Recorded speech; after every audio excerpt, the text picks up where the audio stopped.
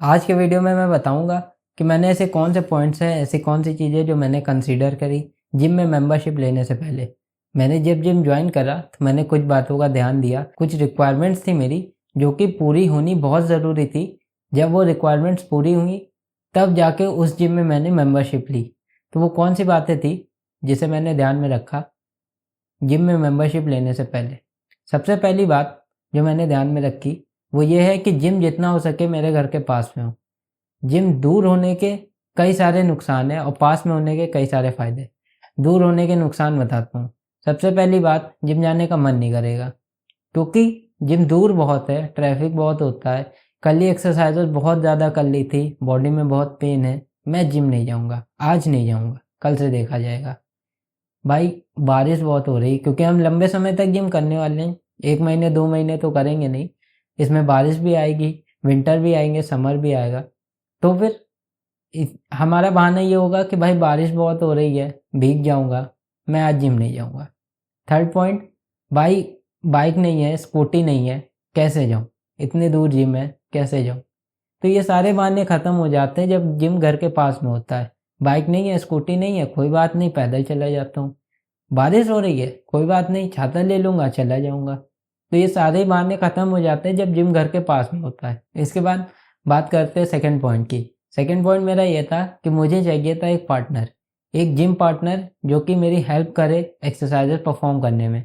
Gym trainer की बात नहीं कर रहा हूँ, जिम ट्रेनर हमारा थर्ड पॉइंट है। जिम पार्टनर, जैसे incline bench press, flat bench press, इन सब में जब तुम हैवी वेट मारते हो तो तुम्हें सपोर्ट की ज़रूरत चाहिए। अगर हमारे साथ एक पार्टनर होगा तो हमें अच्छे से वो बता सकेगा कि भाई यहाँ पर तेरा पोस्चर ठीक नहीं है, भाई इस एक्सरसाइज को ऐसे परफॉर्म करते हैं। थोड़ा सा वो सीख के आएगा, थोड़ा सा मैं सीख के आऊँगा, दोनों लोग दिमाग लगाएंगे तो कुछ अच्छा ही करेंगे, धीरे धीरे ग्रो करेंगे। तो दोनों को एक्सरसाइजेस परफॉर्म करनी सीखनी है। तो कुछ मैं यूट्यूब से सीखूंगा, कुछ वो सीखेगा, कुछ उसे ट्रेनर बताएगा, कुछ मुझे बताएगा। तो धीरे धीरे ऐसे ही हम दोनों ही सीख जाएंगे। इसके अलावा कभी मेरा मन नहीं करा भाई आज जिम नहीं जाते यार, मन नहीं, तो उसने कहा नहीं यार चलते हैं। उसका मन नहीं करा तो मैंने कहा नहीं भाई जिम नहीं छोड़ सकते, चलते हैं। इस तरह से दोनों लोग कंसिस्टेंट हो जाएंगे, दोनों लोग जाएंगे। थर्ड पॉइंट है, इसी में एक बोनस पॉइंट भी बताना भूल गया। अब तुम दोनों पार्टनर हो, तो पार्टनर मतलब जिम पार्टनर हो, तो तुम दोनों जिम में जाने जाने से पहले, मेंबरशिप लेने से पहले ही बात कर सकते हो। अगर तुम्हें पार्टनर मिल गया पहले ही तो तुम जिम में जाकर के ये बात कर सकते हो, भाई हम 2 बंदे आएंगे, हम दोनों मेंबरशिप लेंगे इतने मंथ की, थोड़ा सा डिस्काउंट प्रोवाइड कर दो।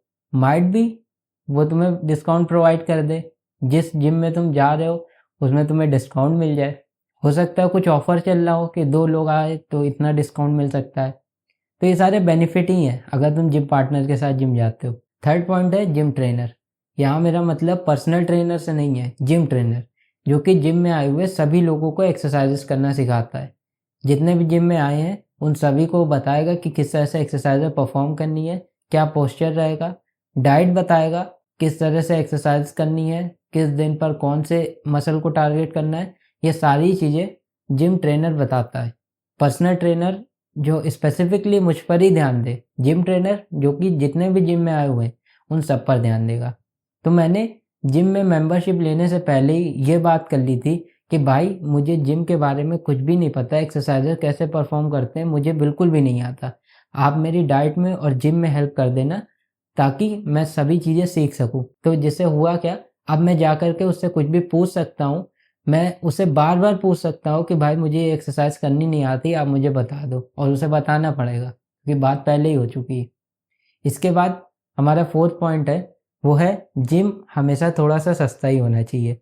अभी हम बिगनर हैं, अभी हम सीख रहे हैं, तो मेरा गोल ये था कि मैं एक ठीक ठाक जिम में जाऊँ, इतना बिल्कुल सस्ता ही नहीं, एक ठीक ठाक जिम में जाऊँ जिससे क्या होगा, जो पैसे मैंने जिम में बचाए हैं वो मैं अपनी डाइट में लगा सकूं। ज़्यादा महंगे जिम में जाना जिसमें इंस्टाग्राम रील बन सके, मुझे इंस्टाग्राम रील नहीं बनानी, मुझे ट्रांसफॉर्मेशन वीडियो नहीं बनाना स्पेसिफिकली। मुझे बस ऐसा जिम चाहिए जिसमें मैं सीख सकूं, जिसमें मैं एक्सरसाइजेस करना पूरी तरह से सीख सकूं, कैसे एक्सरसाइजेस परफॉर्म होती। तो मुझे ऐसा जिम चाहिए था। और अभी हम लोग बिगनर हैं, अभी हमारे लिए, हमारी एक्सरसाइजेस के लिए ऐसा कोई जिम है ही नहीं जिसमें मशीन हो ना। बेसिक लेवल की मशीन तो सभी जिम में होती है, चाहे जितना भी सस्ता हो। इतना ध्यान रखना कि बिल्कुल ही सस्ते में मत चले जाना, क्योंकि वहाँ का एनवायरनमेंट थोड़ा ठीक नहीं होता, गाने भोजपुरी बजते हैं। तो एक ठीक ठाक जिम में जाना, बहुत ही ज़्यादा महंगे नहीं, बहुत ही ज़्यादा सस्ते नहीं, अपने बजट के हिसाब से एक ठीक ठाक जिम में जाना है, और जो पैसे बचे वो डाइट में लगाने।